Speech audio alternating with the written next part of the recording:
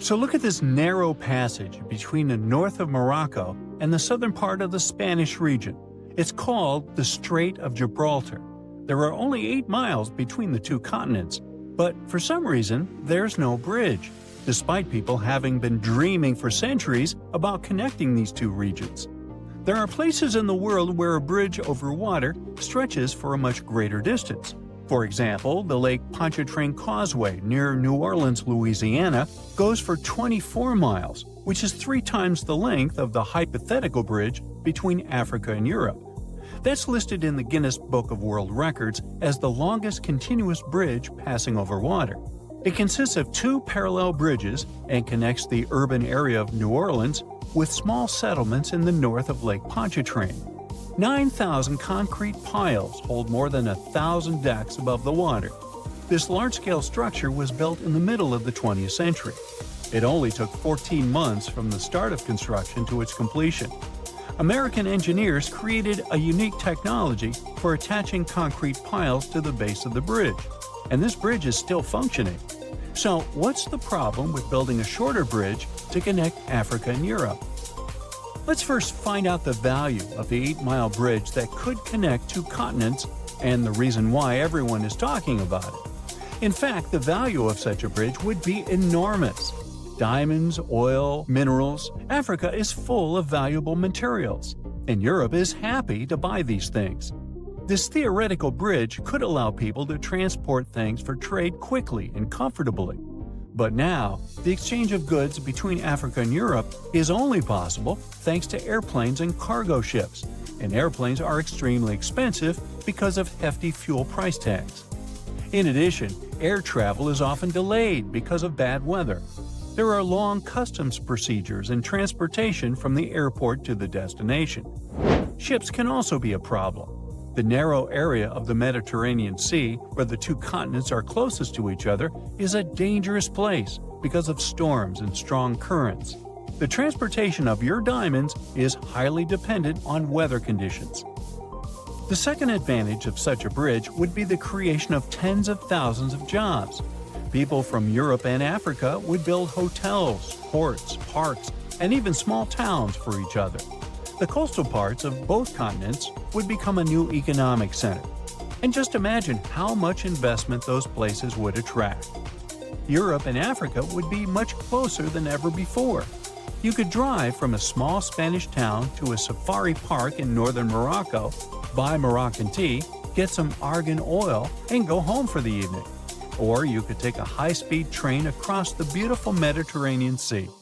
People would open hundreds of restaurants, amusement parks, shopping malls, and a museum next to this bridge. But, unfortunately, it's impossible to build such a bridge, at least at the moment. And here's why. The main problem is the Strait of Gibraltar itself, because of its strong currents and seismic activity. How can you start large-scale construction if, in a couple of days, an underwater earthquake can trigger giant waves and take all the ships underwater? Even if you build a bridge, rapid streams of water that constantly change direction can shake the entire structure and tear the connecting parts of the construction. The bridge over the Strait of Gibraltar must have a strong, sturdy system that will withstand seismic activity. Huge resources are required to create such a complex structure. Despite the dangerous passage between the 2 continents, it remains one of the busiest points in the world. It's the only place on the planet connecting the Mediterranean Sea and the Atlantic Ocean. About 300 ships pass through this area every day. Not only merchant ships, but also fishing vessels and tourist boats. There are not so many places in the world where you can watch whales coming out of the water.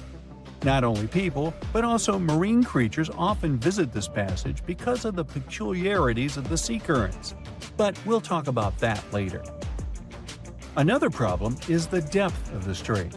In simple words, any bridge over the water is built on long metal piles. Builders and engineers stick piles into the seabed and use them as a holding base for the whole construction. But installing such piles firmly enough is a difficult task because of the uneven seabed. The seabed has a unique geological landscape, irregularities, and different densities of the Earth's rock. There are also reefs, rocks, and pits. Any seabed requires extensive geological studies before piles are installed. However, the bottom of the Strait of Gibraltar is especially difficult because of its depth, almost 3,000 feet. It's one of the deepest straits in the whole world. Just imagine, you'll need the height of 10 Statues of Liberty to reach the surface of the water from the bottom of the strait. What kind of pile should be used there to hold the entire bridge? Most likely, one pile will have to consist of several parts connected into one large metal rod. And don't forget about seismic activity. Let's say you've installed perfectly strong piles, but the next day an earthquake occurs and destroys the entire structure. And a strong current is carrying fortifications all over the Mediterranean Sea. The next problem is probably the most important one, because it concerns marine life. The Strait of Gibraltar has a high salt content. This natural element makes water heavier and makes it descend to the bottom of the deep Mediterranean basin. Then, this salt water pushes up cold water from the seabed into the Atlantic Ocean. These changes in water density, as well as fast currents, create sea vortices and turbulence. It's like a raging cauldron of cold water that raises a lot of nutrients to the surface. The hollows and hills of the Strait of Gibraltar are filled with different substances and sunlight, and this creates ideal conditions for the formation of phytoplankton. Whales, dolphins, and other marine creatures adore this delicacy. That's why you can see about 7 species of whales and dolphins in this place. What might happen to phytoplankton after the start of global construction? Carbon dioxide, crushed rock, tons of dust and ashes, falling building materials, all of this could significantly pollute the environment. Without phytoplankton, many fish would go extinct. Without fish, thousands of fishers wouldn't be able to get food and earn money. But even if the bridge was built, cars and trains would continue to pollute the air and water. This disruption of the delicate balance in this narrow strait can lead to larger-scale environmental disasters. Dolphins and whales may leave to look for food elsewhere, and thus take resources from other marine inhabitants. Like falling dominoes, one problem can follow another. And all this because of one bridge. In 2007, the Spanish Ministry of Environmental Protection introduced speed limits for all ships sailing through the strait in order to not disrupt the delicate balance of nature. At the beginning of the 20th century, a French engineer proposed a project of a bridge, but it was rejected because it was too complicated and costly. People also tried to develop a 23-mile-long tunnel, but this project also faced financial and technical difficulties. People are still dreaming of a bridge over the Strait of Gibraltar. Perhaps, in the future, when we develop cooler technologies, we'll be able to build this thing. Oh, by the way, there hasn't always been water between these two regions. In the distant past, the two continents were connected. The entire Mediterranean Sea is the remains of the Tethys Sea that existed before the era of dinosaurs. Then the African and Indian plates collided with the Eurasian one, and the Tethys Sea completely disappeared. In its place, a land bridge was formed that separated the Mediterranean Sea from the ocean. Without access to water, the sea dried up about 6 million years ago. But then, when the bridge came down, the water began to fill the dried-up pool. For tens of thousands of years, the narrow plate sank lower and lower, and the Mediterranean Sea eventually got its current water levels. 80% of what's deep inside the world's oceans remains hidden to this day. That's because the ocean covers 70% of the planet's surface, and we only have access to a small portion of that. We can clearly see around 3 miles deep down inside the ocean. So it's no surprise that our most recent discoveries when it comes to wildlife come from the ocean. I mean, there's a lot to explore, like this new shark species called the Genie's dogfish, or the longest animal ever found, a 154-foot-long jellyfish, which we just stumbled upon earlier this year in Australia. Somewhere in the Arctic and Antarctic seas, a strange phenomenon appears, confusing people to say the least. It's called frost flowers, but they're not plants at all, merely ice crystals. Frost grows on the long stem plants that manage to break the thin layer on the surface of young sea ice. Frost flowers aren't just made of water, though. They have a variety of microorganisms within, making them a small temporary ecosystem. Turns out we don't have volcanoes just on the visible surface of the Earth. Submarine volcanoes are just as disruptive to their surrounding wildlife. If the data we have so far is correct, the ocean has the most productive volcanic systems on Earth, most of them being on average 8,500 feet below the surface of the water. A maelstrom, a powerful and at times dangerous whirlpool, is a source of nightmares for seafarers to this day. What sets a maelstrom apart from other whirlpools is that it comes in an extraordinary size and force. It's so powerful, it can even put larger ships in a lot of trouble. One of the most famous of them is called Naruto, and it's located near Awaji Island. Its tides move in and out from 8 to 12 miles per hour twice a day, making it one of the fastest in the world. The sinking of the Titanic is the historical event that made icebergs famous, am I right? Well, sometimes these icebergs even come with colored stripes. They can be brown, black, green, yellow, and blue. Obviously, they're called striped icebergs, and they get their colors from various natural reasons, like the blue ones, for example, which turn up when the ice melts and freezes back up very quickly. If there are green stripes in the iceberg, it probably means it has some algae stuck somewhere in there. Other more earth-tone colors, like brown, yellow, or black, have other things to blame, like sediments the seawater picks up before freezing. Back in March 2019, scientists stumbled upon one of the most baffling phenomena ever to be found in the sea. During the exploration of one of the underwater volcanoes, they noticed what looked like a small lake, which was upside down. It was at least 6,500 feet below sea level. If you think that doesn't make any sense, well, that's because it's not real. Turns out it was nothing more than an optical illusion generated by the liquid in these upside-down pools. It gets up to 320 degrees Fahrenheit hot, and is made of some harsh chemicals like sulfur and metals, which makes the illusion possible. The world's largest waterfall is also safely tucked underwater. It's located beneath the Denmark Strait, a portion of water that stands between Iceland and Greenland. If you suddenly grow fish gills, dive in there, and manage to comfortably breathe underwater, you'll be able to see a series of waterfalls that begin at 2,000 feet under the surface, but then drop down to a depth of 10,000 feet. In 2011, Swedish treasure hunters discovered an object on the bottom of the Baltic Sea that they described as strange and mysterious. It's oval shaped with unusual stair formations. The head of the team who made the discovery supposed it must have been constructed tens of thousands of years ago, even before the Ice Age, and could have been part of the underwater city of Atlantis. Experts who analyze the object believe it to be a regular glacial deposit or some other natural formation, but they still don't know for sure. Now, they don't call it the Black Sea for nothing. Located at the southeastern extremity of Europe, it even has sea smoke, which is basically steam coming out of the surface of the water. This happens because of the humidity of the oceanic water, which neutralizes the cooler wind blowing on the water surface, creating this vapor-like phenomenon. If you ever check out the ocean surface during sunset and sunrise, you might get lucky enough to see green flashes. You'll have to pay attention though, because it merely lasts for a couple of seconds.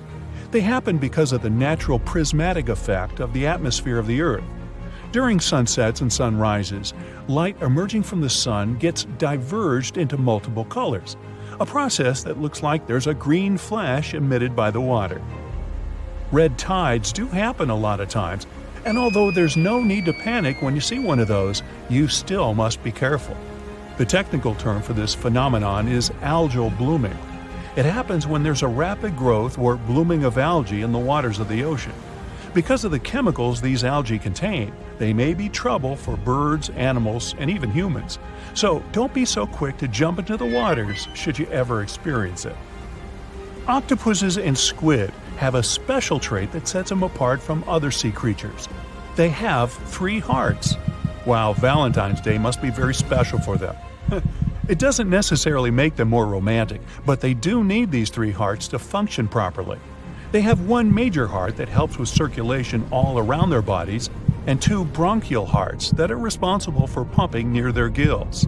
So, with 3 hearts and 8 arms, when the octopus hugs you, you'll know she's very sincere. Based on a study published in 2013, dolphins have names for each other, particularly bottlenose dolphins, which have their own special whistles, just like human names. Not only do they develop this type of whistle to present themselves to other dolphins, but they can also learn other such names so they can better communicate with each other. In the depths of the Pacific Ocean, there's a mysterious singing whale, which scientists have yet to fully understand. They call it the loneliest whale because it emits sounds at a much higher pitch than any other blue whale we've ever encountered. No one has ever seen it though, so researchers believe its strange tune may be keeping it from actually finding a partner. Aww.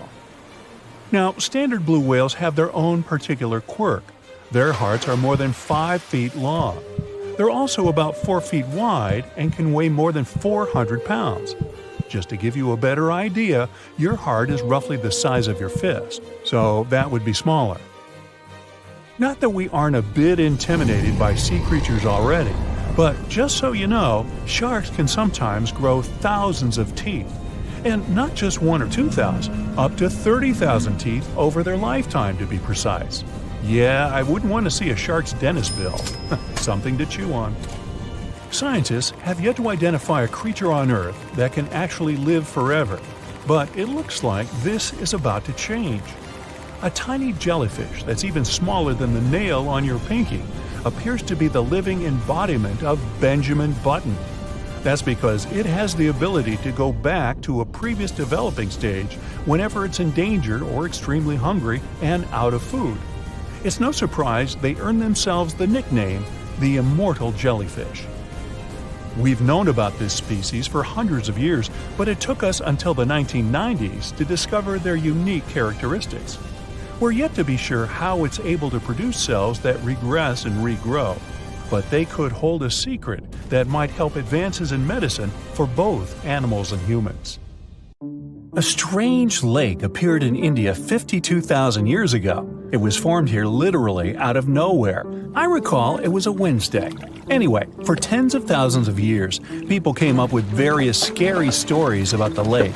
Some locals believe this place was cursed.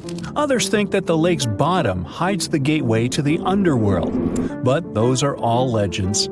The real reason for the appearance of this Lonar Lake is even more surprising. At first, scientists were sure that the lake was an ancient crater of a long-extinct volcano. It's in a balsam field made of 65-million-year-old volcanic rock.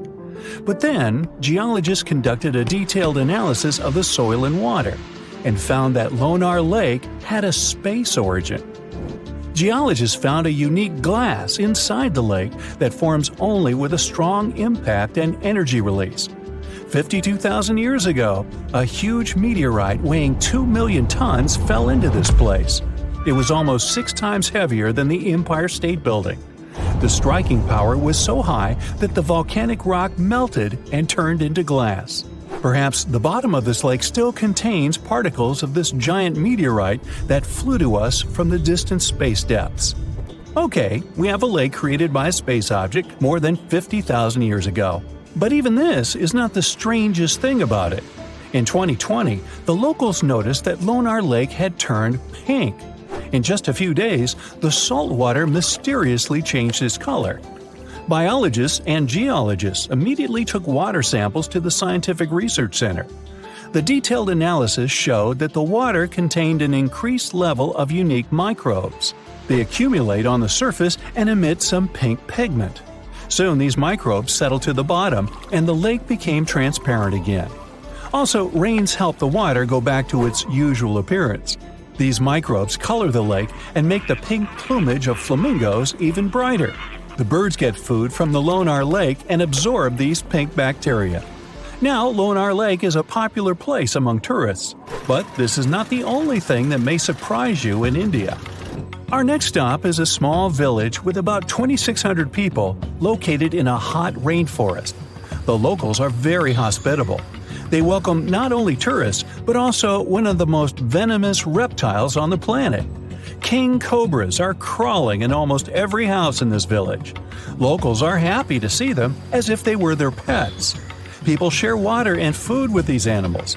They even give the reptiles a special corner where they can relax from the scorching sun. Ah, cobras crawl in houses, schools, and even on the streets. Humans and reptiles are used to each other and feel safe. There has never been a case of a cobra attack in the village. It's the only place in the world where these venomous reptiles live in such harmony with people.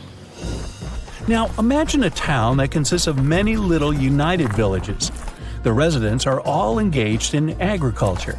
They know how to extract water from ground rocks, and they bargain well. The town has been thriving for several centuries, and people live happily in it. Then, one day, everything changes. All the residents quickly pack up their stuff and run away from their homes. Overnight, the town becomes abandoned. It is a real story that happened in the state of Rajasthan in 1825. And still, no one knows why the people disappeared from there. The most popular version says that the cruel local ruler collected large taxes from the locals. Then he fell in love with the daughter of the chief of this town and threatened that he would collect extra taxes if the girl refused to be his wife. Citizens decided to support the woman and her father and left their homes in one day. This town is still empty, but the locals from the nearest cities are afraid to approach. Our next stop is the state of Maharashtra. There's a small village there with very positive people. They go to stores, cafes, schools, and banks. Everything here seems quite ordinary, and you wouldn't notice what's so special about this place. But just wait for the night to come. People go to sleep and no one locks their houses. There are no locks at all in this village. The door of any building is always open here. The owners leave the shops, cafes, and libraries open. When locals go to work, they don't lock up their homes either. They don't hide money and jewelry. The reason for this is the complete absence of thefts. The villagers are sure that anyone can get into serious trouble for stealing. According to a legend, about 300 years ago, after prolonged rains and floods, a large black stone slab appeared in the center of the village. This slab symbolized an Indian mythical creature that watched over the locals. At some point, people stopped locking their houses because they knew that no one would dare to commit theft in that creature's face. In 2015, a police station was opened here, but almost no one has reported an incident since then. The building doesn't even have doors because the police don't keep anyone there. Another fantastic place in India is a village in the state of Assam. Hundreds of locals prepare here for an unusual celebration every now and then. They arrange a magnificent wedding ceremony. They set the table, dress up in beautiful costumes, and bring gifts. And all this for the newlyweds. But instead of people, frogs get married here. Locals hold weddings for wild frogs to summon rain. The incredible thing is that the ceremony looks just like a real wedding. The fun can last all day until late at night. Now, there's one dangerous and inaccessible island in India. You can find it in the Bay of Bengal. It's called the North Sentinel. It's a small piece of land that looks like a tropical paradise. But you won't be able to get there. Since 1956, nobody can travel to this place. The Coast Guard is always sailing around and patrolling the area. The reason for this is the local Sentinelese tribe. This tribe lives isolated from the whole world. They don't know about modern technologies, the internet, or television. For centuries, the Sentinelese have lived on their own, away from civilization. And the people from India want to keep it that way. Anyone who approaches their island is welcomed by the tribe with a flurry of spears and arrows. And it doesn't matter if you're coming by boat or helicopter. Another reason why you can't get on the island is the Sentinelese immune system. The Coast Guard is trying to protect the local tribe from possible diseases and infections that outsiders can bring with them. The locals have no immunity from the flu or even a simple cold. They don't know what that is. Also, there are coral reefs and limestone around the island, which significantly complicates the passage of large ships. Despite all the prohibitions, many people tried to get to the island. In 1880, one officer accidentally discovered this island. He went ashore and found a noble soil ideal for growing coconut palms. The officer also noticed several huts on the island, but didn't dare meet the locals. Explorers and travelers presented the islanders with fish as a gift many times. The locals accepted it, asked for more, but still didn't let them approach their houses. It was also challenging to make friends with the tribe because they communicate in one of the most difficult languages to learn in the world. Scientists and linguists have been studying this language for decades. At the end of the 20th century, outsiders made some progress in building a connection with the tribe. In 1991, a team of anthropologists invited the islanders aboard a large ship. They gave bags of coconuts to tribe members.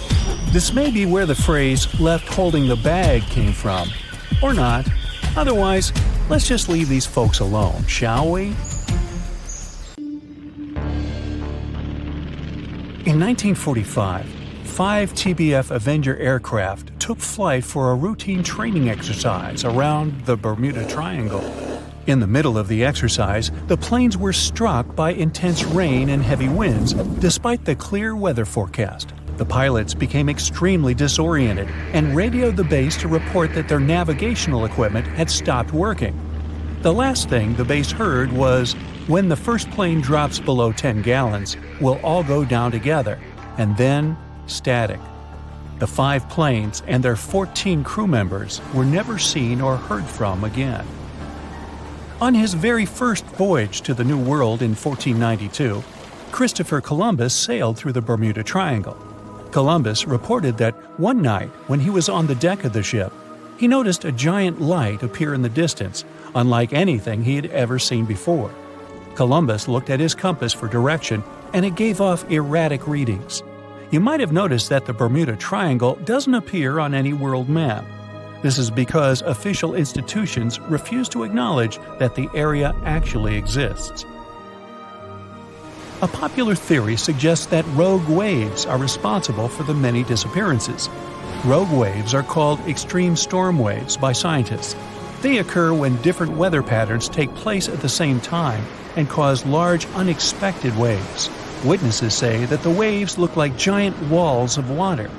These waves could explain why ships go down fast and without leaving any trace. The Bermuda Triangle is home to some pretty intense and unexpected weather. Storms build up quickly and unexpectedly, then disappear soon after. If you blink, you might miss it. This could explain why few distress signals are issued. Pilots and sailors never saw the weather coming. No one knows exactly how many ships and planes have disappeared in the Bermuda Triangle. The rough estimate is 50 ships and 20 planes. Most of the time, the disappearances had no explanation and no wreckage has ever been left behind. Another bizarre theory trying to solve the Bermuda Triangle mystery comes from Charlie Berlitz. He insists that the area is home to the lost city of Atlantis. The missing ships and planes and malfunctioning equipment, according to him, were all caused by rays of energy let out by the special energy crystals that power Atlantis. While this sounds silly, Berlitz's theory was convincing enough that over 20 million people bought his book worldwide. In the year 1800, a large sailing vessel called the USS Pickering departed from the U.S. on its way to the West Indies. The ship sailed into the Bermuda Triangle along with its 90-man crew and was never heard from again. The USS Pickering was the first ever confirmed ship to vanish in the Bermuda Triangle. It's believed that the ship was taken out by a storm, but because no wreckage was ever found, we'll never know for sure. When the TBF Avenger planes went missing, a massive search operation was conducted. Boats and planes searched the Bermuda Triangle for any signs of the aircraft. One of the boats searching was a PBM-5 Mariner airboat. The airboat took flight at 7:27 p.m. and called in a routine radio message 3 minutes later. Then, it was never heard from again. No trace was ever found of the rescue airboat or the 5 Avenger aircraft. An enormous investigation was launched into the disappearance of all these vehicles. but nothing was ever discovered. This particular area of the ocean is one of the most heavily traveled shipping routes in the world. Some skeptics believe that this fact solves the mystery. Statistically, the busier the area, the higher the frequency of accidents and disappearances. While this makes sense, it's not the frequency of disappearances that's responsible for the mystery of the Bermuda Triangle. It's the lack of explanation or wreckage found.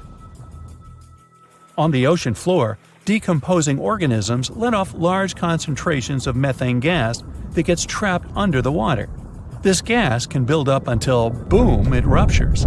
The gas surges up to the surface and erupts.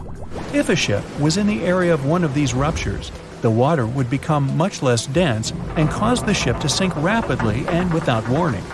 Scientists believe this could be the cause of the many disappearances in the Bermuda Triangle. While this theory makes a lot of sense, it doesn't seem too likely. The U.S. Geological Survey has stated that no large releases of gas are believed to have occurred in this area for the past 15,000 years. The ocean floor is made of rocks containing a lot of magnetite. It's more like iron. Magnetic fields react to high concentrations of magnetite on the ocean floor, which may start a sort of conflict between the two. It can often lead to various weather anomalies and, as a result, navigation issues. And, naturally, any changes in the ocean floor or the Earth's magnetic fields influence the Bermuda Triangle a lot. Since the magnetic field is constantly moving, it might be also taking the Bermuda Triangle with it. Now that people know where the triangle is, it's easy to avoid it. It supposedly moves eastward together with the magnetic poles, but scientists still can't answer where exactly it will be in a couple of years. Some people blame all the disasters on the extraterrestrial paranormal activity. Others suppose it's all about raging natural phenomena. There's another triangle in Lake Michigan. Just like the one near Bermuda, the Michigan Triangle got its shady reputation for some disappearances. The first recorded one dates back to 1679. A large vessel, one of the largest of that time, set out on an expedition. Yet once it got in the sinister triangle, it never came back. Much later, an aircraft disappeared in this triangle. The skies are usually very clear there, but back in 1883, some people witnessed abnormal things in the area. Some claim to have seen large blocks of ice falling from the skies, and the crew even managed to save one as hard proof. Meanwhile, the Pacific Ocean Mystery Area is another sinister triangle. Off the south coast of Japan, not far away from Tokyo, there's a sea where plenty of ships met their doom, disappearing without a trace in these waters. They call it the Devil's Triangle. Some scientists believe the cause of anomalies is the environmental changes. Also, there's a really high concentration of methane hydrates on the bottom of the ocean in the Pacific Triangle area. You're deviating from your original course and sailing in the wrong direction. There's the Caribbean Sea near the triangle, peppered with small islands. The seafloor here isn't deep. The ship can get in shallow waters. And now the ship is stuck on a shoal, and you have no idea where you are. If this were the 21st century, the ship's captain would be able to reach the shore using GPS and other modern navigation. But the most interesting thing is that the compass would work correctly this time, since the magnetic North Pole hasn't already coincided with the true one for a long time in the territory of the Bermuda Triangle. The agonic line is somewhere far away from here. There are no problems with navigation now, but for some reason, this is where ships disappear. In fact, not just here. Throughout the Atlantic Ocean, there are places where many more ships were gone. The Bermuda Triangle is not even in the top 10 of such places. One of the main reasons why many ships are lost here is that one of the most popular shipping routes in the Atlantic passes through the Bermuda Triangle. And the more ships in one place, the more shipwrecks. Simple probability. Then, it just starts getting weird. Other theories say that there's a space-time rift in this region. Ships and planes fall into this rift and end up in the past or the future. But for some reason, there's not a single proof of this myth. There's no reason to think that the rift is hidden somewhere here. The base of an extraterrestrial civilization is located in the Bermuda Triangle. Visitors from other galaxies steal sea vessels along with the crew, so no one finds the wreckage of the ships. This is also a popular myth that has no scientific justification. The Kraken lives somewhere in the triangle. It's a huge squid that sinks ships and also is a legend that sailors tell each other. However, gigantic squids live in the depths of the ocean. They can grow to the size of half a train car, but no cases have ever been recorded where they sunk a large vessel. And in the area of the Bermuda Triangle, they have never ever been seen. People in the past didn't know about the existence of these creatures, so when they saw them for the first time, they described them as huge, terrible monsters. Giant squids are some of the most elusive creatures on Earth, and scientists had to use sonar equipment to find them. They don't like to leave the dark depths and are likely to be afraid of the sound of any ship. So, that should squash the squid as a suspect.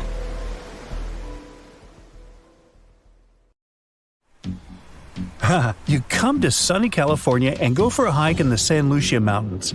There, you have a strange, unpleasant feeling, as if someone's watching you. You look around but don't see a single soul. That's when you glance at the tops of distant mountains in front of you and your heart skips a beat.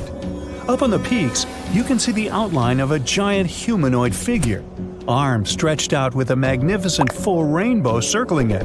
This mysterious figure is dressed in all black. You can't make out any facial expressions or detail, but you can see it moving. Then it vanishes right before your eyes.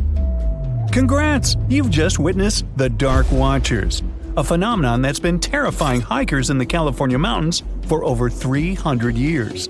Even now, scientists can't give an exact explanation for this mysterious appearance. What we do know is it's completely natural. Probably. One theory claims that there are no silhouettes at all. The human brain just thinks up images created by shadows the clouds cast on the mountains. Over the centuries, people share stories about this legend, and their minds begin to show it, building recognizable objects. The same can happen to you, like when you see the contours of a human face on a burnt piece of toast or the shape of a dog in a passing cloud. The most accepted scientific explanation is what's called a Bakken specter. It's when sunlight gets bent by drops of fog or clouds. That explains the rainbow surrounding these figures. As for the shadow, it's only your own being stretched and projected on the mountains before you. After all, these figures usually show up when the sun is behind the witness. Natural or not, the vanishing mysterious figures scared the wits out of you. So we head to Antarctica. Snow, ice, and more blinding sun. Yep, it's a desert too. The light is almost blinding. You squint and off in the distance, you see something red sticking out from all the surrounding endless white. As you get closer, you realize it's a waterfall, an ominous red cascade flowing from the glacier. Splashes fly in all directions and stain the white snow. Don't worry, these so-called blood falls are nothing of the sort. Millions of years ago, hey, I wasn't around then, a glacier formed over a pond and blocked access to sunlight, heat, and oxygen. Then the pond managed to break through the glacier with a little trickle of water. When such salty waters with high levels of iron meets oxygen, it creates that scarlet rust color. This is the only waterfall of its kind in the world. As soon as you come to the Namib Desert, you immediately notice something very strange. Sprinkled among the dry grasslands are almost perfect circles of dirt where nothing grows. These massive polka dots are called fairy circles, and, you guessed it, nobody really knows what causes them. The likely culprit is termites eating the grass around their underground colony. That could also explain the circles' differing sizes. The bugs continue to eat as the colony expands outwards, but they stop before they encroach on a neighboring colony. Well, that's neighborly. The patches where you do see grass show a sort of boundary separating different termite populations. So goes the theory. Heading down to Australia's Lake Hillier. Your eyes don't deceive you. Yes, that lake is bubblegum pink and is perfectly safe to swim in. The giant pink puddle is a salt lake, and it's not the only one of its kind in the world. Salt lakes are pink because of a kind of algae and other microorganisms living in them. They produce a red pigment to protect themselves from the sun. What's unique about Lake Hillier, though, is the water is still pink even if you scoop it up into a glass, and it remains bright pink all year round. The same can't be said about other pink lakes. Southeast Asia. You see a tree that looks as if someone poured paint all over it. But the rainbow eucalyptus was painted by nature. Its unusual bark changes colors over time, like a kaleidoscope. It starts off as a bright green shade, then red, orange, purple, and finally brown. Then the colorful cycle starts again. Blood rain looks more terrifying than any horror movie, but in reality, there's nothing strange or unnatural about this weather phenomenon. People have known about such scarlet-tinted rains since the times of ancient Rome. Sometimes, powerful winds lift red dust into the atmosphere and carry it far, far away, to another galaxy. In the end, this dust gets mixed with clouds, which colors the rain. By the way, dust from coal mines can make the rain black. Pollen is responsible for yellow rains, and some other kinds of dust can turn rainwater white. Back in 2009, people in Ishikawa, Japan saw a kind of rain no one's ever seen before. It was raining tadpoles. The first reason was that the wind that day was so strong it lifted and carried all those tadpoles away in no time. The second possible reason was that big birds such as gulls just dropped them while they were flying to their nests. Some scientists believe these creatures were hauled off the ground by a waterspout and rained down later. By the way, that day people found not only tadpoles, but also frogs and fish instead of puddles. And yep, it can be raining worms too. Some people claim they've seen snake rains. Yikes! And instead of common raindrops, people have watched translucent jelly-like blobs falling down from the skies. Now, Australian spiders are notorious, and to frighten people, they've even learned how to rain. Spider rains are a pretty common thing in Australia because of ballooning. They climb up trees, then spin strands of silk, and that's why the wind can carry them away. Usually people don't notice it, but when it's wet, hundreds of spiders climb up to more desirable places. People say that when it rains or snows, it's possible to see spiders literally drift down on those webs as if they were balloons. If you ever travel to the Mekong River, you'll probably have a chance to see glowing balls rising up from the water and beelining straight into the air. The locals call these the Naga fireballs. Sizes may vary, so these reddish balls can be as tiny as a cherry and as large as a watermelon.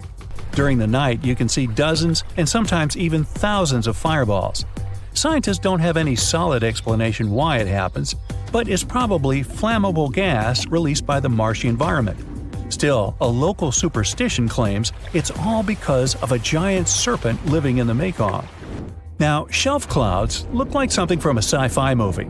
They form when warm and moist air gets caught in a thunderstorm updraft. These ominous clouds most often mean a storm is coming. Breathtaking rainbow clouds appear on top of cotton-like puffy clouds after thunderstorms. The puffy clouds are low-altitude ones. When the water vapor they contain condenses, the resulting droplets act like prisms. This forms multicolored caps over the clouds. Morning glory clouds are extremely rare. They look like massive tubes stretching across the sky. Most researchers agree that these clouds appear when an updraft squeezes through the cloud. This creates the signature rolling appearance. The cool air at the back of the cloud makes it sink downward. The best, but not the only place to see morning glory is Australia's Gulf of Carpentaria. If you decide to travel there to see these clouds, choose a period from late September or October to early November. Huge white lumps over your head are called mammatus clouds. They make you believe the sky is falling. Most clouds form when air rises in the atmosphere, but not mammatus ones. They appear when moist and cool air goes down and mixes with dry air. The result? Unique puffed rice clouds. By the way, if you spot this phenomenon, bad weather is just around the corner. Whoa, mama! If you get to the bottom of the Caribbean just off the coast of Cuba, you'll see circular columns, paved floors, symmetrical stone structures. That's what the Cuban underwater city looks like. Why was a large city abandoned? Lots of people believe the ruins once belonged to a long-forgotten civilization. But scientists have their doubts. They claim the lost city is nothing but a natural phenomenon that appeared about 5 million years ago. Such disc and donut structures often occur around the areas of the seafloor where natural gases break free. Those who have ever heard an annoying sound a kettle makes when the water is boiling can imagine what the whistle sounds like. Even though this noise isn't as blood-curdling as some other unexplained sounds, it doesn't make the whistle any less mysterious. It's incredibly elusive. In 1997, only one underwater microphone was able to pick it up. At that time, researchers didn't manage to pinpoint the source of the noise. The most likely cause of the unusual sound is the eruption of one of the submarine volcanoes. But once again, there's not enough proof to make sure. Ah, beautiful. You're walking with your friend and look up at the sky. The sun looks a bit different today. Like it has some kind of ring around it. A rainbow type thing. Huh. Look at that. Your friend pulls his head up out of his phone. You shouldn't look directly at the... Stop everything, he says. It's a sun halo. We need to find shelter now, unless you have the world's biggest umbrella on you. A sun halo is nature's sign that there's a snow or rainstorm on its way. It's caused by clouds that are made of bazillions of small ice crystals. Sunlight goes through those crystals, which causes the light to split and refract, like when there's a rainbow. Now, don't look at the sun halo directly. It's going to be tempting because it's not something you see every day. Plus, it's really beautiful. But ultraviolet light can burn the exposed tissue of your retina and cause serious damage, so it's not worth it. Grab some sunglasses and you're good to go. This phenomenon lasts around 40 minutes. These clouds are the same ones that can cause a spooky ring around the moon at night sometimes. In June 2020, what the people were looking at was an anvil cloud, a rare storm formation in the sky. Formed when strong air currents carry water vapor upwards, the air expands and spreads out as it hits the bottom of the stratosphere. It pushes the dense cloud into the cool anvil shape you see, and sometimes it even gets to be a mushroom. Anvil clouds produce some of the most dangerous lightning of all storms, one that's called a bolt out of the blue. This lightning strike seems to magically come out of the blue sky, with the storm being many miles away. This type of bolt comes from the top of the anvil and can be 10 times more powerful than a typical lightning strike. People got so frightened after witnessing a giant cloud that they thought something terrible must have happened. The locals had pictures of the large billow on social media before officials could explain what was going on. Authorities managed to calm everyone's fears by informing them it was nothing more than a natural phenomenon, and a beautiful one at that.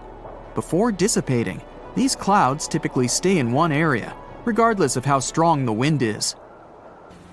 If you look off the western coast of France, you'll see the Isle of Ré. Thanks to its beautiful blue waters, clean sandy beaches, and stunning lighthouses, this place is a very popular vacation spot. But perhaps the coolest part about the island of Ré is what you see just beyond the shore: square waves. This strange wave pattern looks like a giant chessboard over the ocean. Many visitors to the island become captivated by these waves and go to high-up places like nearby lighthouses to take pictures of this natural phenomenon. They say that when looking down at these square patterns in the water, it's almost as if there's some sort of metal grid underneath it. And while these wave patterns are truly fascinating, the people who choose to enjoy them from afar are doing it right. They know to stay out of the water. To understand how these square waves come to be, it's important to know how waves occur in the first place. Generally, waves can travel many miles over the surface of the water, depending on local winds and weather. And even on days when the weather seems somewhat calm, storms located elsewhere can send in crashing waves that affect the surrounding calm waters. When waves travel onto the shores of distant lands, they're called swells. This is different from a wave that occurs from local wind. When two different swells coming from opposite directions meet, it's known as a cross sea. This is what generates these square waves you see near the Isle of Ré. While these waves are one of the reasons why people flock to this island, they can still expect to enjoy calm, relaxing waters most of the time. The cross sea only occurs during certain times of the year in specific weather. Plus, It's common knowledge around Ray to steer clear of the ocean when these square waves appear, so it's not often that you hear about anyone getting caught in them, because most people know better. And since a lot of people on the island are tourists, there are plenty of signs around warning them to get out of the water during this time. However, not everyone gets the memo. There have been a handful of cases where people got caught in the cross sea, but thankfully and luckily, they managed to get out safely. These square waves have become somewhat famous over time, given that there's really no other place in the world that boasts a cross sea like this one. In fact, no one has ever spotted square waves anywhere but the island of Ray. However, there are swells that can be found throughout the oceans in the world, and a cross sea can take place. But if the angle they approach each other at is more shallow, the wave may actually look like it's coming from the same direction, even when it's not. Not to mention, swells can slowly lose momentum as they drift further and further away, so their crest, or the top of the wave, appears more round and less jagged. The island of Ray's specific wind and weather patterns are literally the perfect storm and create a cross sea that people can clearly recognize. It's 2009 in Italy. A man was hanging out in his kitchen. Then he saw some flickering lights. He knew just what to do. He moved his family to a safe place. A couple of seconds later, a massive earthquake hit the whole region. His family survived thanks to his quick reaction. He knew these flickering lights were actually a sign of an upcoming earthquake. People have been seeing these mysterious lights for ages. Some thought it was some kind of sign coming from space. Scientists never used to take them seriously, but after the invention of photography, more and more evidence of these strange lights appeared. Soon, they realized the connection. The lights appear, and pretty soon, the earthquake hits. After a bit of digging around, they actually found some records of these earthquake lights from hundreds of years ago. There were bluish flames coming out of the ground right before an earthquake. Oh, creepy. The Christmas Island crab is part of an amazing phenomenon once a year. Their migration period is determined by the phase of the moon and the first rainfall between October and February, although the precise date can't be predicted. Once the crabs have been prompted, they leave their homes amongst the forest and migrate in massive hordes towards the sea. Numbering in millions, a sea of red crabs is observed as they make their journey across the island, creating roadblocks and making their way to the ocean. There, they lay their eggs and then make their trek back, returning to the forest until the next year. There are bridges in the Indian state of Meghalaya that are created entirely of living tree roots. The bridges are made up of tangled, thick roots that are strong enough to hold over 50 people at a time. The Khasi and Jaintia tribes became masters in the art of growing these insane bridges. They need them to cross the streams below with ease. Some of these root bridges are over 180 years old. To make them, the members of the tribes care for the roots until they grow long enough to reach the opposite bank. It can take as long as 10 to 15 years to grow a bridge. In the process, the roots become tightly entwined with one another. This is how the bridges get so strong. And once a bridge is fully grown, it can last for over 500 years. While some roots decay, new ones are continually growing. That's why the unusual natural constructions last so long. Light pillars are colorful beams of light that either jet up from Earth towards the sky or shine down from the clouds.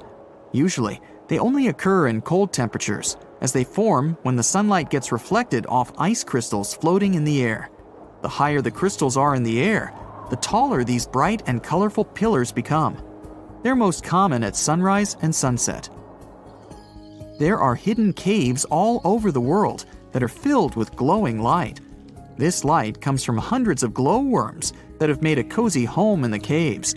Some of the caves are more than 30 million years old, and most of them can be found in New Zealand and Australia. The worms themselves don't actually glow, but baby worms, called larvae, form silk strings made out of mucus. These strings form nets.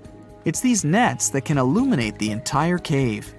Their purpose is to attract flies and other tasty insects for the glowworms to munch on. Rainbow trees are 100% a real thing. Hailing from the Philippines and Indonesia, these colorful wonders are called rainbow eucalyptus, or rainbow gum. The rainbow hues are created by the contrast in colors of old and new bark.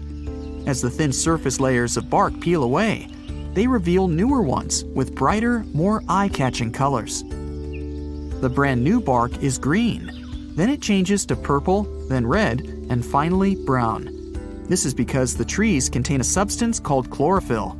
It makes the bark green. As each strip of bark ages, it loses chlorophyll and slowly changes its color. Imagine working 7 days a week on a large-scale construction site. You, along with thousands of others, carry millions of stone blocks and put them on top of each other according to a complex system. You work without modern construction equipment. You have no air conditioning or constant access to water. It's so hot outside that you can fry eggs on the road.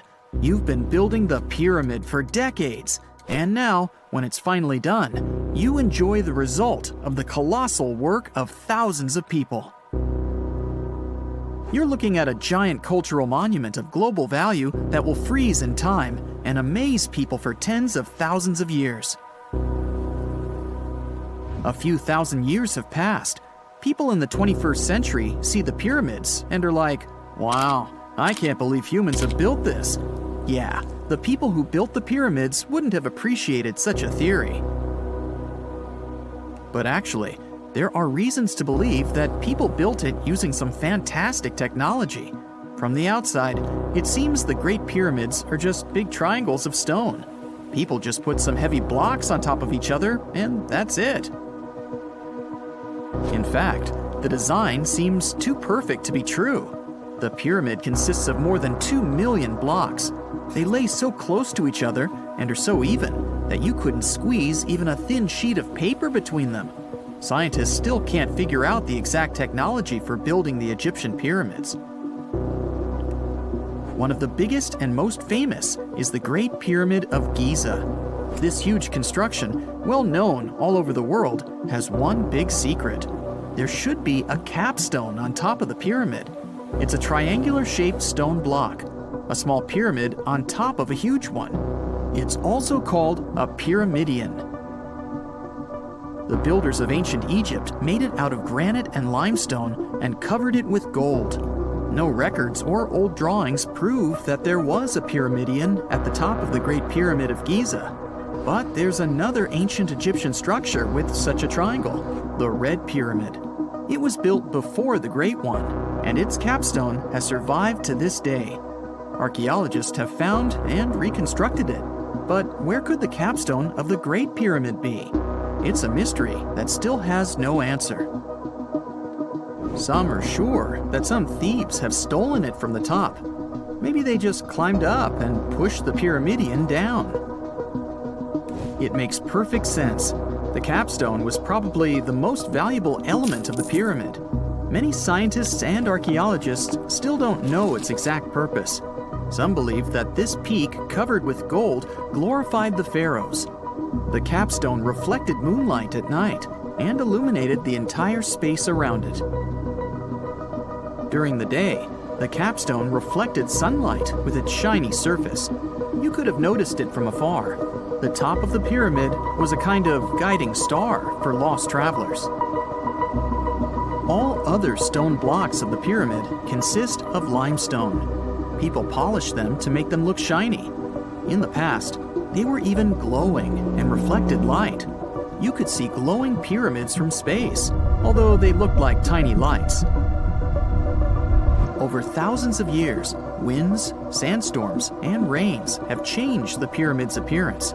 If people had taken care of them all this time, they would have looked like something out of science fiction movies, or the pyramids from Las Vegas. But unfortunately, we will never see their original appearance. Some archaeologists and scientists believe that the capstone could absorb the sun's energy and distribute it evenly throughout the pyramid. no one knows precisely why the Egyptians needed this technology. There's a theory the pyramids are ancient energy systems. The pharaohs applied this energy to use some unique technologies that were more advanced than all the achievements of the 21st century. And the triangular shape of the pyramids was ideal for boosting this electromagnetic energy. In theory, solar radiation, or electromagnetic forces, accumulated at the top of the pyramid, filled the inner rooms, and then went down the walls to the base. Any surface distortion could prevent the flow from spreading, so they had to create a perfectly smooth surface. That's why they installed the blocks so that nobody could squeeze a needle or razor blade between them. Many people believe in this theory because they built the pyramids from limestone. This material can hold energy inside itself. In the inner part, they created granite deposits to cause air ionization, that is, to create an electric charge. They also dug channels under the pyramid for water to transmit electricity. And at the top, they put a gold capstone, the best conductor of electricity. So, this is how you get a great power generator. Different cultures used similar technologies to create electricity all over the world. But these are all theories. If it had been working, humanity would have used these technologies today. There are mentions of the metal industry, chemistry, engineering, physics, mathematics, and astronomy in some ancient records. Most scientists don't believe in all these things. We know the detailed stages of the technology's development in different cultures. In the 21st century, scientists, historians, and anthropologists can track the evolution of all modern devices. If people had created some technological inventions in ancient times, the history of the world would have looked different. Perhaps all the achievements of antiquity could have been wiped off the face of the earth by global cataclysms, and it can happen to us. Just imagine how people would dig up a laptop in 5,000 years. Perhaps they wouldn't understand what kind of device it is. Another Egyptian wonder surrounded by mystery is the statue of the Sphinx. The Egyptians carved it out of a single massive piece of limestone about 4.5 thousand years ago. But scientists still don't know the exact date of its construction or who built it.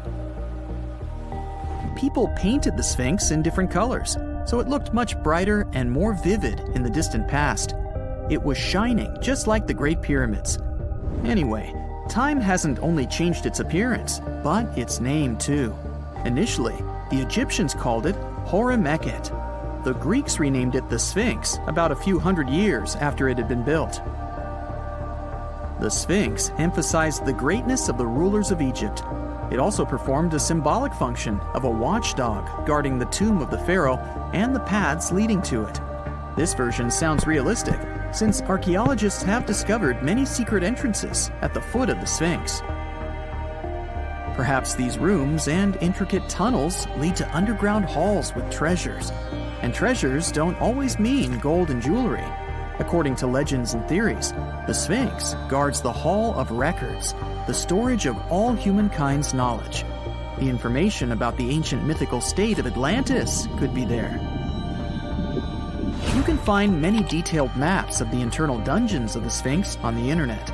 They show structures 12 stories deep under the statue. It looks like a small city filled with gold, scrolls of knowledge, and various ancient artifacts. But don't believe all these maps. These are just theories. Several thousand years have passed, but people have very little information about it. Archaeologists know that there are still many strange and exciting things about the Sphinx that are still undiscovered. Some locals are afraid to research because they believe they can awaken something terrible from the underground depths. Therefore, it's mostly scientists from other countries who conduct the excavations. In 1998, scientists discovered strange tunnels leading to empty rooms under the Sphinx. They realized that some people tried to get there through tunnels in the past, and maybe those people took all the treasures that were there. One of the legends says that some powerful artifact lays beneath the Sphinx. Its technology can change the whole world, but the locals are hiding it because it can damage the planet. Some believe that you can find evidence of unknown technologies painted on the granite walls in the pharaohs' tombs. But most likely, these paintings and signs tell us the myths and legends of ancient Egypt. But what if Egyptian symbols and drawings are detailed instructions for using ancient technologies? What if the locals that lived at that time thought, people in the future won't be able to get energy themselves. Let's leave some detailed instructions for them. Anyway, there are many riddles and theories. In reality, the search for answers is a dangerous undertaking, since it's not easy to get into the underground halls. Excavations can ruin the structure of the entire Sphinx. Any person inside the tunnels may get lost and never be able to find their way back. Besides, it costs a lot of money. Now, what would be awesome is if people could invent some device that could scan underground areas and show their detailed models.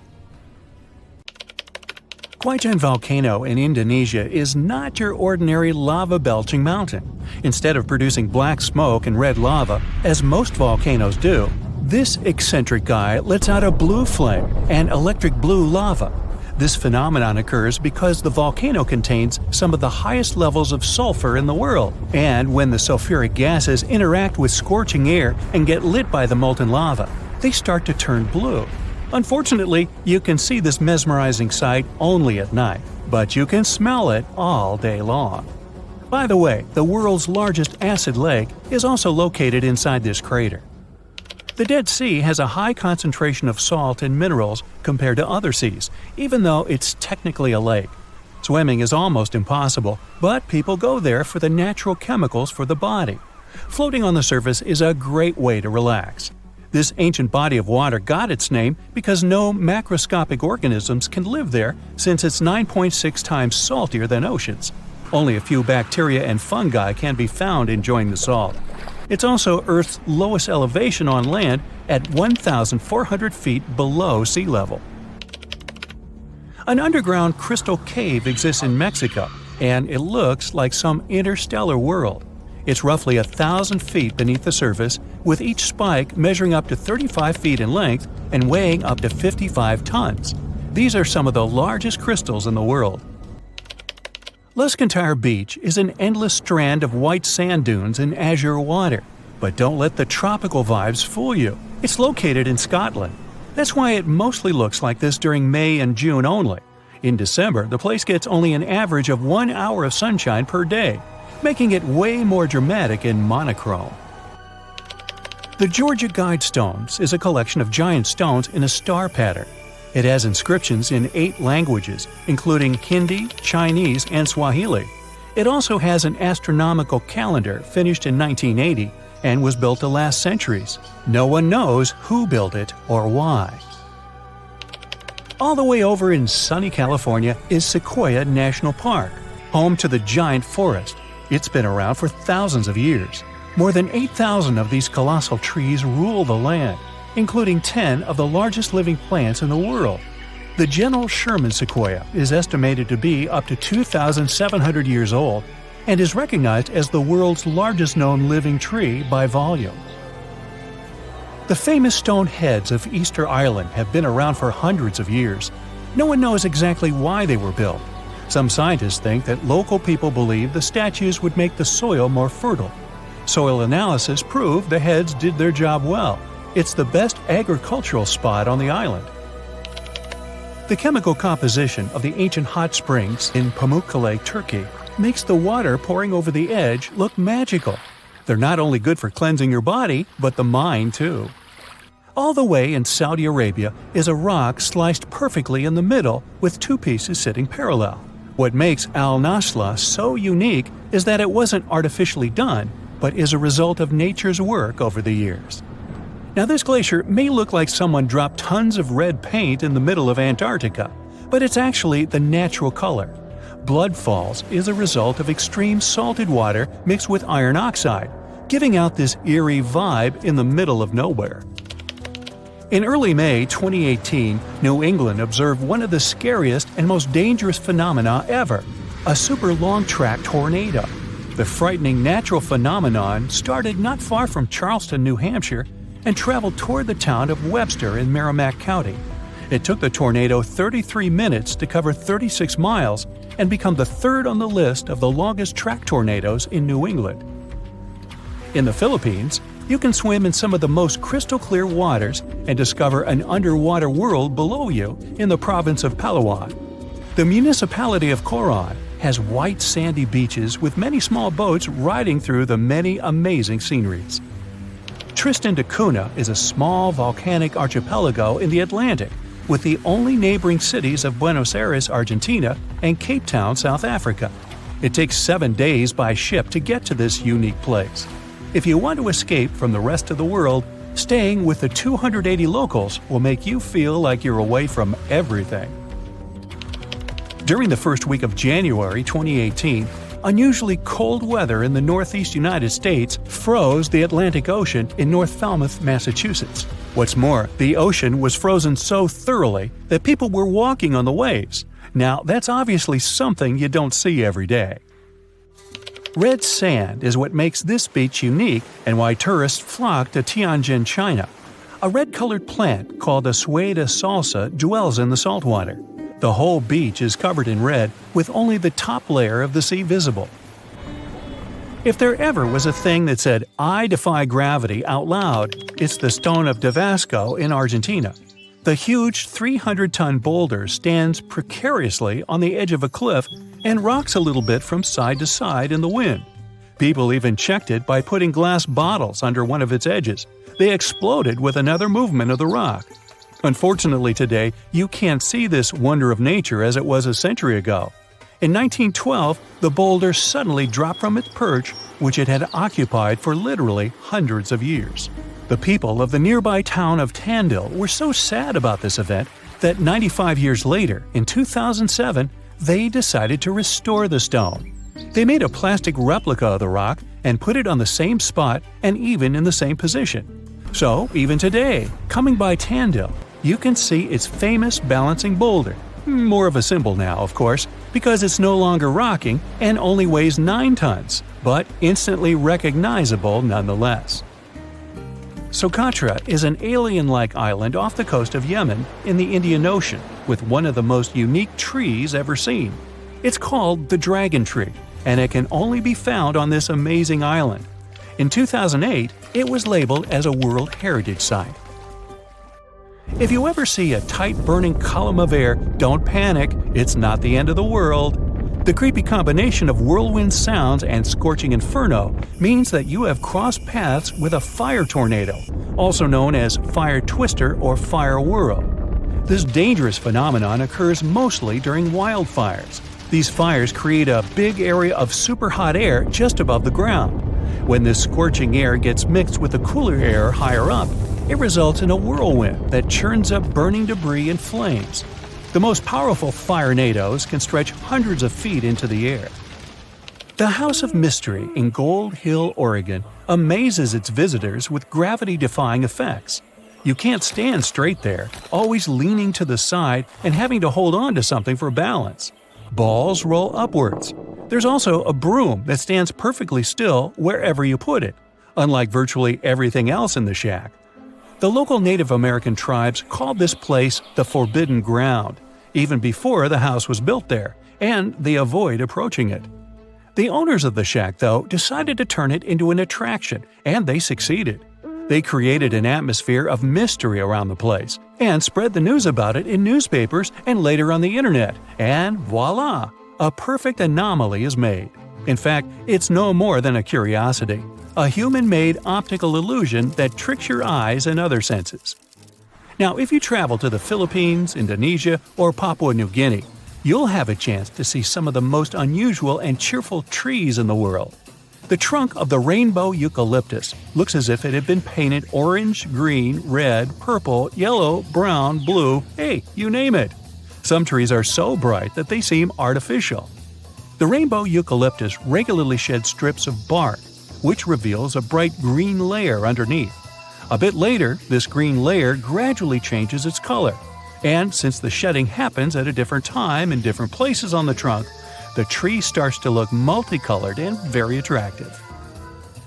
Yemen is home to the oldest skyscrapers in the world and the oldest metropolis. The ancient city of Shabam is considered to be the Manhattan of the desert, due to the collection of mud buildings popping out of the desert floor. It used to be a caravan stop during ancient times.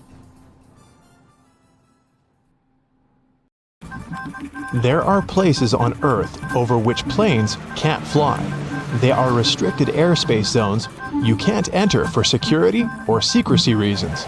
There are 5 types of protected zones: areas of cultural, political, historical, and environmental significance, and areas that are protected to ensure visitors' safety.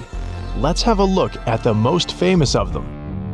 Firstly, it's Washington, D.C. and the White House. It's a very protected zone. No one can fly over it if they're less than 18,000 feet above sea level. There's an airport close to the White House, and the restrictions cause a lot of trouble for pilots and passengers. Pilots have to maneuver very carefully so that they don't accidentally enter the restricted zone, because the consequences are quite severe. Passengers usually don't have a very pleasant time at the beginning of their flight, all because of the maneuvers pilots have to perform, trying to avoid entering the protected zone. Once, in 2005, a pilot accidentally veered into this zone, and just because of it, the capital was evacuated.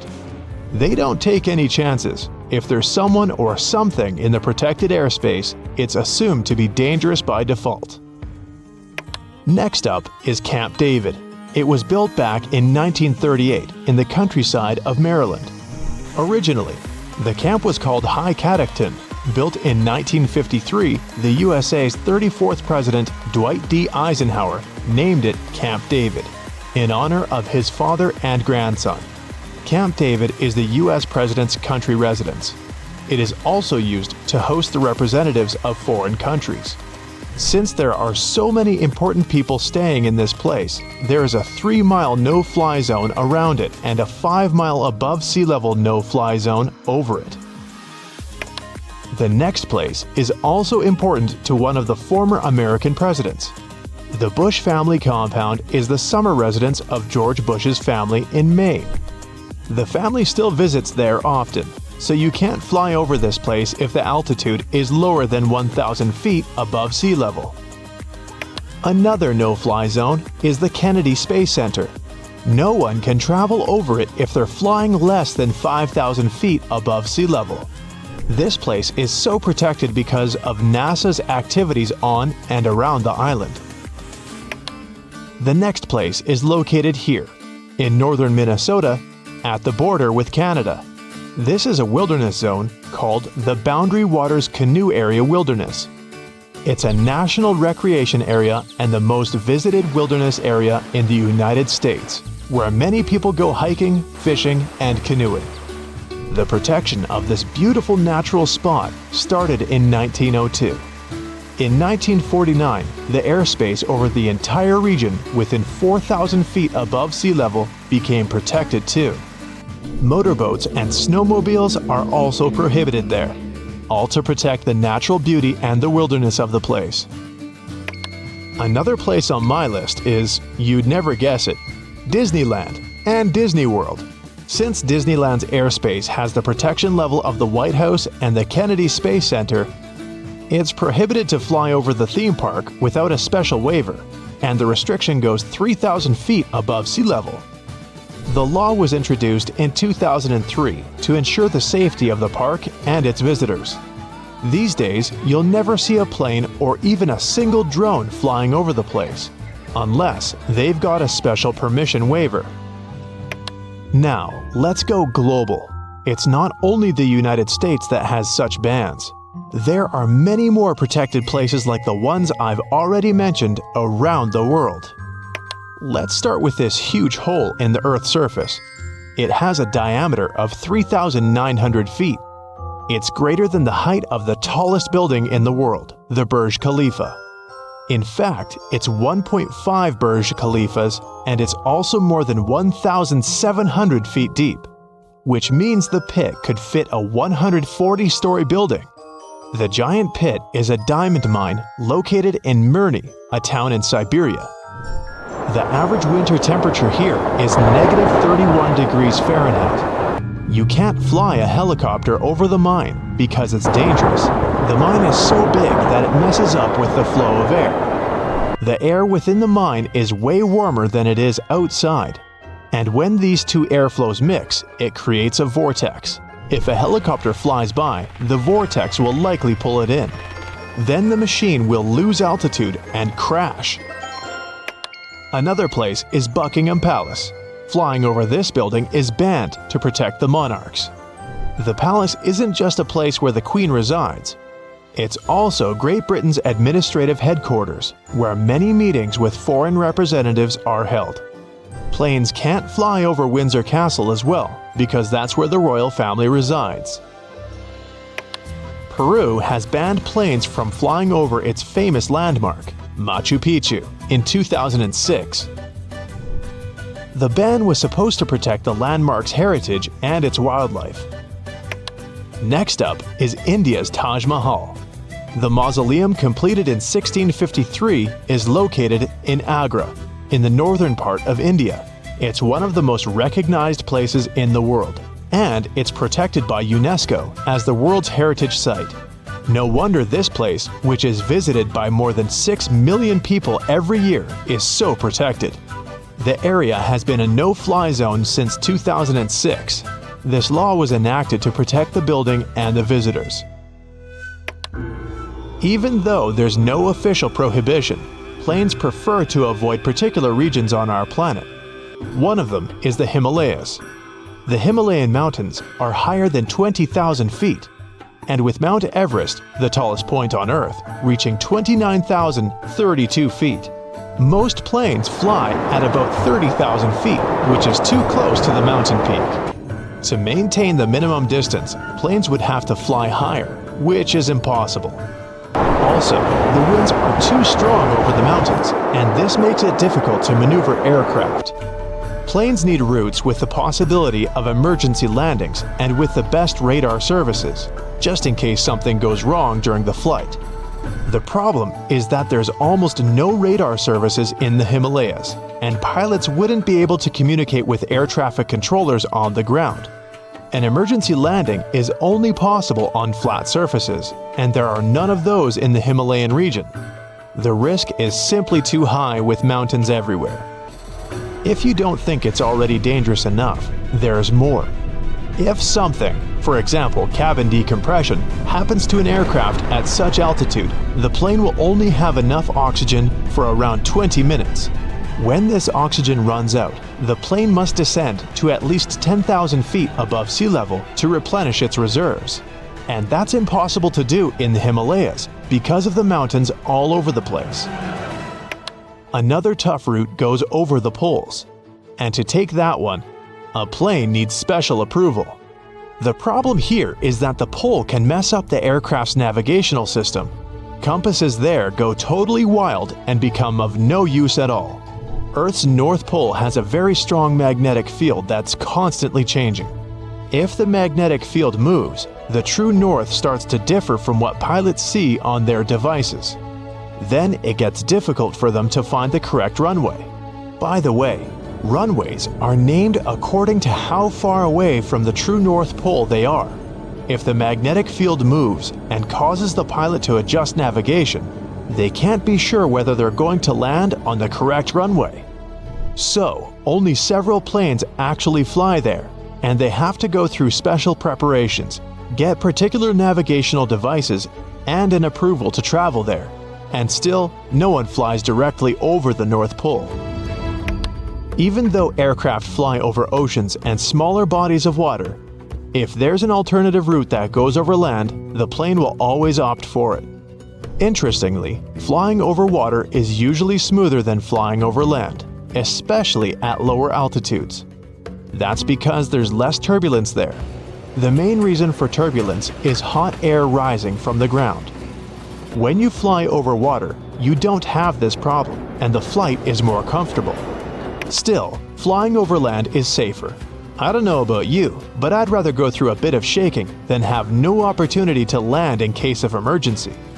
Planes that make transoceanic flights usually have 4 engines.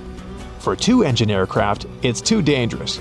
They prefer routes where there are many airports on the way that can accept this particular type of aircraft in case of emergency. Imagine an engine failure happens. In this case, the aircraft will have to rely on the remaining engine to take the plane to the nearest airport and land safely. There aren't so many airports in, let's say, the Pacific Ocean. Hey, ever heard of a fire rainbow? Yeah, me neither. How about a circumhorizontal arc? Didn't think so, but just so you know, they're one and the same thing. At first glance, it looks like a painting, or like a rainbow-colored splash in the sky. Despite the name, they have nothing in common with either fire or rain. This phenomenon happens on rare occasions when the sun shines through a particular type of ice cloud formation. The rainbow halos are just as unique. Again, a specific type of ice crystals in clouds needs to be present for the surface of the Earth to bend light from the sun into a perfect ring. The same thing can happen with moonlight. The only difference will be that moon halos are usually white and sun halos can be rainbow-colored. When visiting regions with high altitudes, you may be one of the lucky people to stumble upon penitentes. They're basically naturally formed ice spikes. For them to be formed, they need a really cold and elevated environment where the air is dry. The sunlight turns ice directly into vapor rather than melting it into water. And that's why these blades of snow and ice start to pop up on the surface of the Earth. As cute as they may be, they can end up as tall as 15 feet. Now, what happens when small individual droplets of lava meet the wind? Pele's hair, basically. Let me explain. The word Pele comes from an ancient Hawaiian symbol for volcanoes. Whenever the wind picks up little drops of lava, it stretches them into hair-like strands, similar to the process of glass wire creation. These delicate strands can stretch as far as 6 feet. On rare occasions, it can rain without any clouds. But does it really? Let's look at the science behind this rare phenomenon. It's sometimes called a sun shower, just because it looks like the rain is falling straight from the sun. Let's be clear though, there is no way rain can ever come down directly from a star. Rain clouds are at a bit of a distance from that specific location. With sun rays being angled, the clouds become out of sight. Add a little wind to blow the rain in your direction and ta-da! You get sun showers. Located in Bolivia is a place called Salar de Uyuni. It's the largest salt flat in the world. It's also the home of half of the world's lithium, which is a crucial component for making batteries. But what else is so special about this place? Well, whenever the rain season comes, it turns this piece of flat land into a perfectly reflective mirror lake. What comes to your mind when you hear about the Blood Falls? A horror movie? Well, they are merely a series of waterfalls located in one of the driest regions of Antarctica. They emerge from an underground lake filled with a special kind of bacteria. These little organisms use sulfates as fuel instead of sugars, which makes them very intriguing for scientists. The water contained in this lake is so full of iron that it basically just rusts when it meets the air. Hence, the reddish color of the waterfall, which also gives it its trademark name. Okay, we all know the song, but it's not really made up. There is actually such a thing called a desert rose. It's not a plant though, but a unique form of the mineral gypsum. It develops in dry sandy places that can occasionally flood. This constant switching between a wet and dry environment lets the gypsum crystals emerge between grains of sand, trapping them and forming a rose-like shape. Ever heard of the Eye of Sahara? Scientists are still trying to figure out how it was formed. You can only see it if you fly above it, but it's basically a naturally formed dome that dates back to approximately 100 million years ago. And no, I wasn't around then. It has a rough diameter of 25 miles and consists of a bunch of concentric rings. The biggest one, or the central area, measures about 19 miles in diameter. Astronauts were some of the first people to notice it, and it's been studied ever since. In fact, even to this day, when landing in Florida, they know they're almost home when they see the Eye of Sahara. One of the most beautifully colored trees in the world is located in the Philippines and Indonesia. It's called the rainbow eucalyptus. It got its name because of its bark that switches colors and peels away as the tree ages. The bright green bark is the youngest, as it contains a substance called chlorophyll, usually found in leaves. It then switches to purple and then to the color red. And finally, it turns brown as it grows and loses the chlorophyll. Now, don't be tricked into thinking that's a whole forest. It's one single tree. And no, it's not some sort of optical illusion either. Let me explain. Underneath that soil, there is a complex network of roots that connects around 47,000 tree-like shapes you see above the ground. It's called the quaking aspen. Some of these trees are among the oldest and largest organisms in the world. Now, here's a good destination for all travelers, or maybe not so good after all. The most lightning-stricken area in the world, according to recent data released by NASA, is Lake Maracaibo in Venezuela. Out of all the days in a year, 300 of them feature thunderstorms in this location. What makes this area so unique, though, that storms happen so often? Well, it's because where cool mountain air meets the warm, moist breeze and generates electricity over the lake. The Eternal Flame Falls are located in upstate New York, near the Canadian border. In this region, there is a tiny waterfall with a big secret, a spark about 8 inches tall. Turns out there's a natural gas seep that provides fuel to the flame behind the waterfall. The waterfall provides enough coverage so that it stays lit pretty much every time. Hikers do enjoy to relight it if they see that it's been blown out. This phenomenon is actually quite common, but this one gained more popularity because it is younger than most. And it looks very good in pictures, let's be honest. I've heard of yellow sand, white sand, and even black sand here or there. But I've never heard of green beaches until now. Papacolia, also known as Green Sand Beach, is located in Hawaii and is one of the few beaches in the world that features green sand. The unique coloring comes from olivine rock that was formed when a nearby volcano erupted. Actually, in Hawaii, all the volcanoes are nearby. Move over green sands because some of the other beaches around the world can even glow at night, and it's completely natural.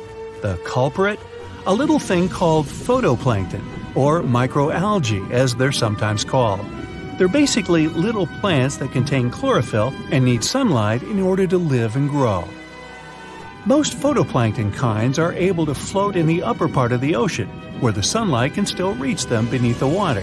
When the photoplankton gets agitated by the movement of waves and currents, they emit light, which looks like some glow during the night. These special microorganisms are found on beaches in a lot of places around the world, such as the Maldives, Puerto Rico, and the Everglades. At the base of a mountain located just outside of Afton, Wyoming, is a little river called the Intermittent Spring. There are only 3 of this kind in the whole world, but what makes this little string of water so mysterious? Well, the fact that it starts and stops every few minutes. Scientists have yet to pinpoint precisely why this happens. They speculate that it's basically just a siphon effect that happens deep within the ground that causes the river to just start and stop so often. Should you ever be interested in checking it out, be sure to do so in the late summer, as that's when the intermittent spring is most active. Do you see the irony here? You can only see the spring in the summer? Okay, I'm done. That's it for today. So hey, if you pacified your curiosity, then give the video a like and share it with your friends. Or if you want more, just click on these videos and stay on the bright side.